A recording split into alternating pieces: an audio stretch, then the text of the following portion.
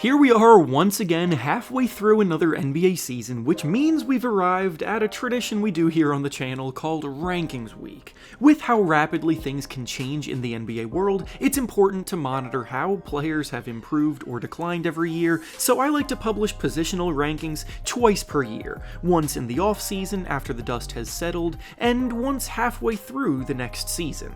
As always, we'll be going through all 5 positions, ranking the top 10 players at each spot, with a few honorable mentions discussed for each that just missed the cut. And today we'll be starting with arguably the strongest position of all, the point guards. Before we start though, I want to thank Exter for sponsoring today's video. Exter is known for inventing the first trackable wallet, and now they're on a mission to upgrade the rest of your carry essentials as well, by providing you with not only sustainable wallets, but also bags and other accessories that help you get more out of every day.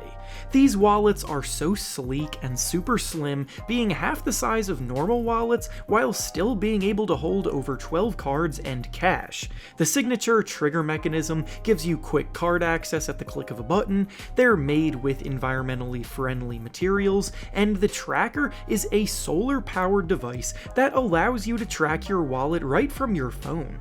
If you're like me, always misplacing your valuables, then Exter wallets are perfect for you.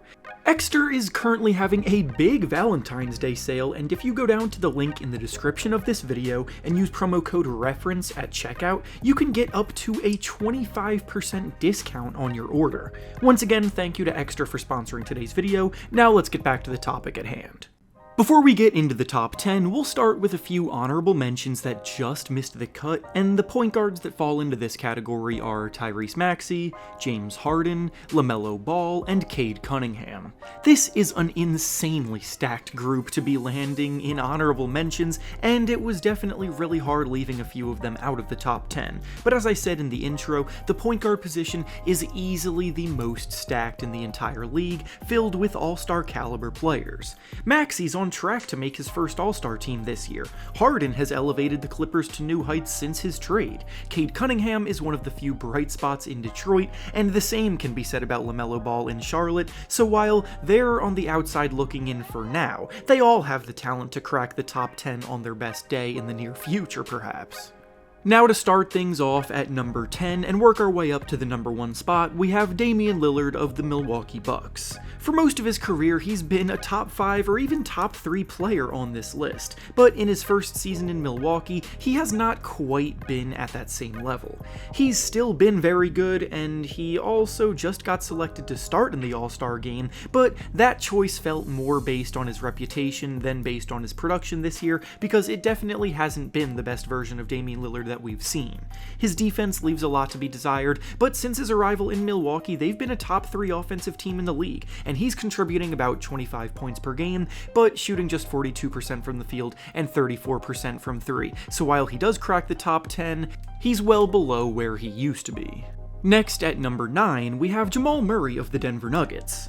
The Jamal Murray conundrum is easily the most difficult one to figure out on this list because he's the kind of player who plays his best in the biggest moments, but coasts a lot through regular season games. His individual production, regular season-wise, isn't blowing you away, putting up about 21 points and 6.5 assists a night, but he's incredibly efficient, and after last year's run to the title, he has proven to be someone you can trust when the lights are brightest.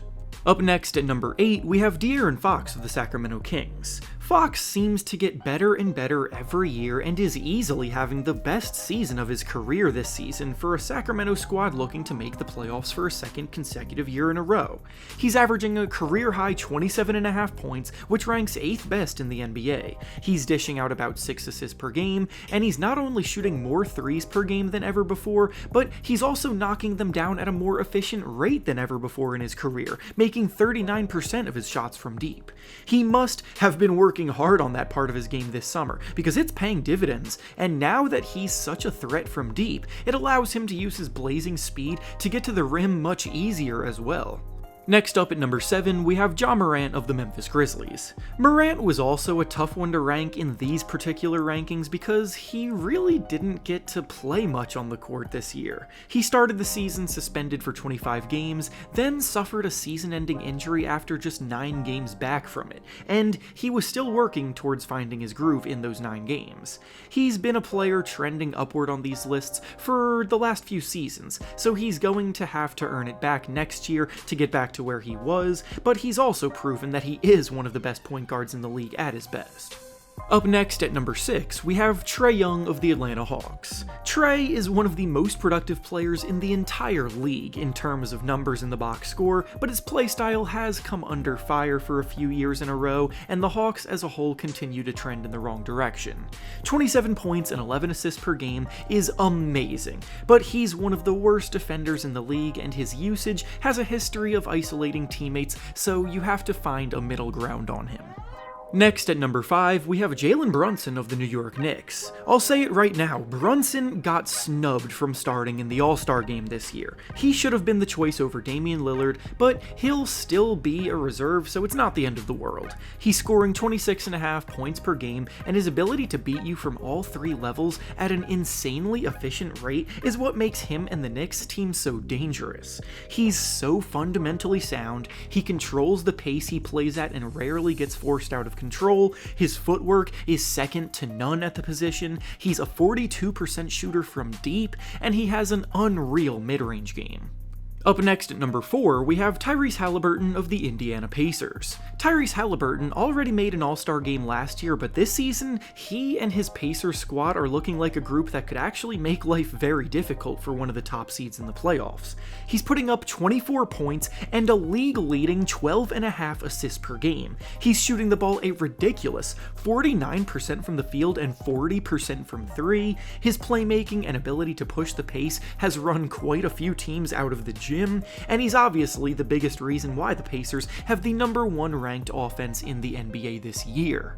Next up at number 3, we have Steph Curry of the Golden State Warriors. This marks the first time in a very long time that Curry has not been ranked in the top 2 of these lists, and with it, we're starting to really see a changing of the guard at the top. Don't get me wrong, Curry has still been an elite superstar this season, but you can also tell that he is starting to lose a step even if it's ever so slightly, and his quote-unquote losing a step is still better than most other point guards. His shooting ability isn't going anywhere, still being a high-volume 40% three-point shooter, and when he heats up, good luck shutting him down. But this year, more than ever, he's operating more as an off-ball shooter than a primary creator, and his play isn't enough to make up for the Warriors' blatant struggles across the board, as they currently sit in 12th place in the Western Conference standings. Next up at number 2, we have Shai Gilgeous-Alexander of the Oklahoma City Thunder. SGA has legitimately put himself into the MVP conversation this year, leading the Thunder to new heights very few thought were even possible for them before the year started. They're tied with the Timberwolves for first place in the Western Conference standings right now at the time of making this video, and Shai is clearly the engine that makes the team go. He's the 3rd leading scorer in the league this year, putting up 31 points per game, and he's making 55% of his shots, which is absurd efficiency for a volume scoring guard. He gets to his spots with ease, he elevates and comfortably knocks down shots over shot contests, and his finishing ability is as good as it gets. Plus, with how much defensive attention he gets, it makes the lives of those around him so much easier. And finally, the number 1 point guard in the league right now is Luka Donic of the Dallas Mavericks. The timing of this video could not be any better, as Luka had just dropped a mind-boggling 73 points in a game a few days ago, and it fully encapsulates how good of a one-man offensive force he is. 34.5 points per game, 9 assists, 8.5 rebounds, better shooting splits than he's ever had in his career, unbelievable body control from all 3 levels, and a keen eye with the passing talent to find his man when the defense focuses all of their attention on him, makes him the choice for the top point guard in the NBA today. And with that being said, that's all I have for you today. Make sure to like the video, subscribe to the channel, and comment down below how you would rank the point guards right now. Thanks for watching, and I'll see you all next time.